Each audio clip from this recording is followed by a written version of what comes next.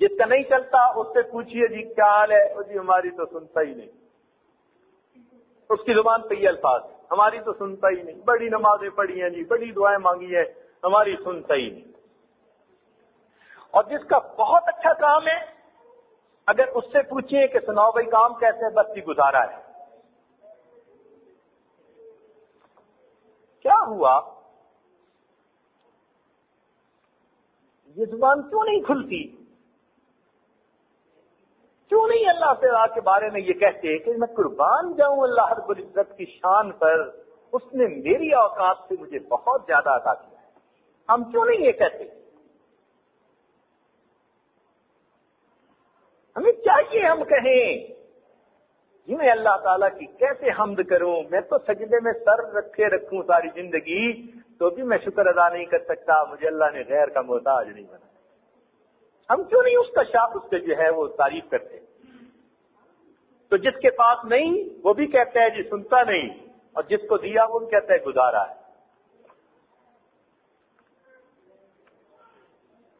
چنانچہ اللہ تعالیٰ نے اپنے ایک ولی کے الہام کیا اور فرمایا کہ میرے بندے، میرے پیارے، میرے ان بندوں سے کہہ دو کہ اگر کبھی تمہیں رزق میں کوئی تنگی محسوس ہوتی ہے، تم فوراً لوگوں کی محفل میں بیٹھ کے میرے شکوے کرنے شروع کر دیتے ہو، اور میرے بندو تمہارے نامہ اعمال گناہوں سے بھرے ہوئے میرے پاس آتے ہیں، میں کبھی فرشتوں میں بیٹھ کر تمہارے شکوے تو نہیں کرتا،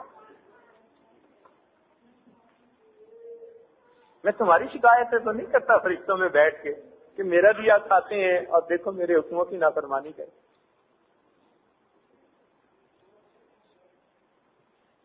ہر بندہ ایک دوڑ میں لگا ہوا ہے، صبح دوپہر شام، جتنے بندے گھر کے اتنے نوکری کرنے والے، کام کرنے والے، اور ضرورتیں پھر پوری نہیں ہوتی۔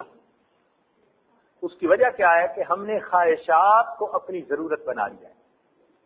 ضروریات کی حد ہوتی ہے، خواہشات کی کوئی حد نہیں ہوتی۔ کیونکہ خواہشات کی حد کوئی نہیں، اس لیے ساری عمر کام کرے، خواہشات پوری نہیں ہوتی۔ ہر وقت نظر دنیا میں اوپر والے پر کہ فلاں ایسا، اس کا گھر ایسا، اس کی گاڑیاں ایسی، اس کا زندگی کا معیار ایسا، اور دین کے معاملے میں اپنے سے نیچے والے۔ بیوی سے کہیے جی نماز پڑھے، کہ تیری بہن تو پڑھتی نہیں، اپنے سے نیچے والے کو۔ اور اگر یہ نہیں کہے گی تو کہے گی اچھا میں نے اپنی قبر میں جانا ہے نا۔ تو دنیا کے معاملے میں اپنے سے اوپر والے کو، اور دین کے معاملے میں اپنے سے نیچے والے کو دیکھتے ہیں۔ ہماری بنیادی غلطی آج یہی ہے۔ حالانکہ مشائخ نے کہا ہے کہ ہم دین کے معاملے میں اپنے سے اوپر والوں کو دیکھیں کہ بھئی میں تو نمازیں پڑھتا ہوں، فلاں آدمی تو تکبیر اولیٰ پر بھی عمل کر رہا ہے، اور بھئی میں تو فرض نمازیں پڑھتا ہوں، فلاں آدمی تہجد بھی پڑھتا ہے، بھئی فلاں آدمی تو دیکھو کیسا اچھا سچ بولتا ہے، وہ مجھ سے بہتر ہے۔ اور دنیا کے معاملے میں اپنے سے نیچے والوں کو دیکھیں تو شکر کی کیفیت ہوگی کہ الحمدللہ اللہ تعالیٰ نے ہمیں کتنا کچھ عطا کر دیا۔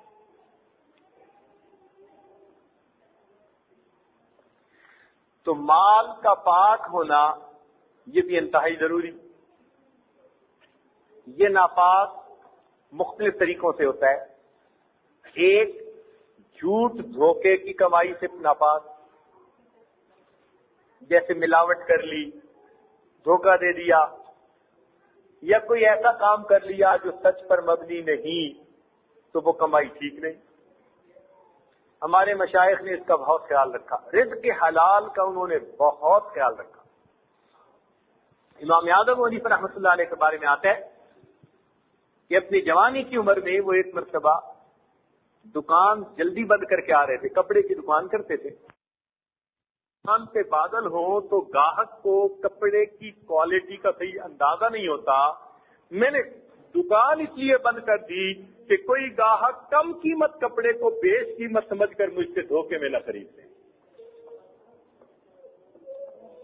اتنا رزق کے حلال کا خیال کیا جاتا ہے۔ امام احمد بن حنبل رحمۃ اللہ علیہ نے اپنے شاگرد کو بھیجا کہ جاؤ ایک پیالے میں دال لے کے آؤ۔ وہ گیا اور اس وقت کا جو سکہ تھا ایک اس کے پاس تھا، اس نے اس سے کہا کہ بھئی دال لے لو۔ دو دکاندار آمنے سامنے تھے، دونوں کے پاس دال ہوتی تھی۔ ایک نے کہا کہ بھائی آپ مجھ سے دال لیں گے تو میں آپ کو 2 چمچ دوں گا جو دستور ہے۔ دوسرے نے کہا بھائی مجھ سے لے لو، میں 3 چمچ دوں گا۔ اب ان میں کچھ آپس میں مقابلے بازی شروع ہو گئی، حتیٰ کہ وہ 5-7 چمچ تک بات پہنچ گئی۔ وہ شاگرد نے جس نے کہا تھا نا 7 چمچ دال دوں گا، اس نے اس سے پورا پیالہ بھروا لیا اور پیسے دے کے گھر لے۔ امام احمد بن حنبل رحمۃ اللہ علیہ نے جب دیکھا تو فوراً دیکھ لیا کہ بھئی پیسے تو تھوڑے لے کے گیا تھا اور دال کا پیالہ بھرا ہوا ہے۔ تو پوچھا کہ بھئی یہ دال بھری ہوئی کیسے؟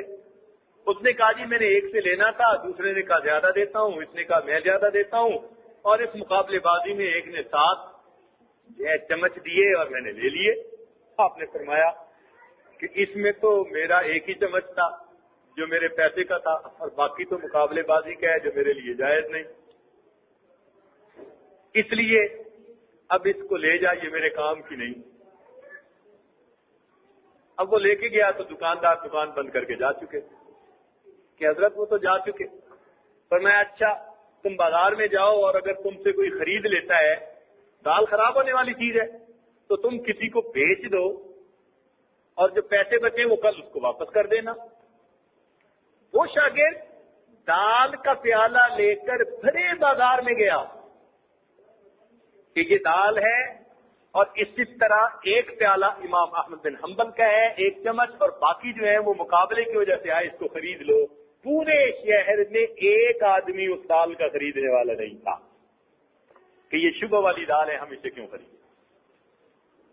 کیسا وہ زمانہ ہوگا کہ جب مسلمانوں کی زندگیوں میں اتنی احتیاط تھی کہ شبہ والی اس دال کو خریدنے کے لیے پورے شہر میں کوئی بندہ نہ ملا۔ احتیاط زندگیوں میں تھی، حلال کھاتے تھے، جس کے نتیجے میں مستجاب الدعوات بنا کرتے تھے، ان کی دعائیں قبول ہوا کرتی تھی۔ اس پر بہت سختی کرتے تھے، رزق کے حلال کے معاملے میں بہت زیادہ احتیاط کیا کرتے تھے، حتیٰ کہ تابعین کا واقعہ ہے، اور بعض رات حضرت عمرانوں کا زمانہ کہتے ہیں کہ ایک صاحب نے زمین خریدی اور دوسرے نے زمین بیچی۔ جب خریدنے والے نے اس میں ہل چلائے تو ایک جگہ سے اس نے زمین کھودی، اس میں سے خزانہ نکل آیا۔ اب وہ مالک کے پاس گیا کہ جی میں نے آپ سے زمین خریدی، زمین کے اندر کا خزانہ تو نہیں خریدا، یہ تو آپ کا ہے تو آپ اس کو لے لیجئے۔ وہ کہنے لگا جناب جب میں نے زمین بیچ دی تو زمین کے اندر سے جو کچھ نکلے گا وہ فائدہ تمہارا ہے، قسمت تمہاری ہے، اب یہ تمہارا مال۔ وہ کہے گا نہیں یہ تمہارا مال ہے، وہ کہے نہیں جی یہ آپ کا مال ہے۔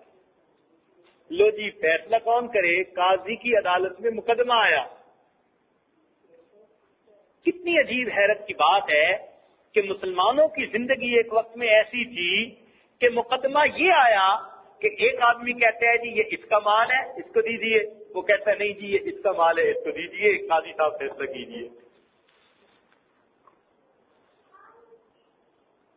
اور اس وقت پھر اللہ نے قاضیوں کو بھی دید و دانش عطا فرمائی تھی، چنانچہ انہوں نے مقدمہ سنا عجیب قسم کا، تو اس کے بعد ان سے حالات زندگی پوچھے، پتہ چلا کہ ایک کا بیٹا جوان ہے اور دوسرے کی بیٹی جوان ہے۔ قاضی نے مشورہ دیا کہ تم اپنے بیٹے اور بیٹی کا آپس میں نکاح کر دو اور یہ خزانہ جہیز میں ان دونوں کو دے دو۔ ایک وقت میں مسلمانوں کی زندگی میں رزق کے حلال کے لیے اتنی کوششیں ہوا کرتی تھی۔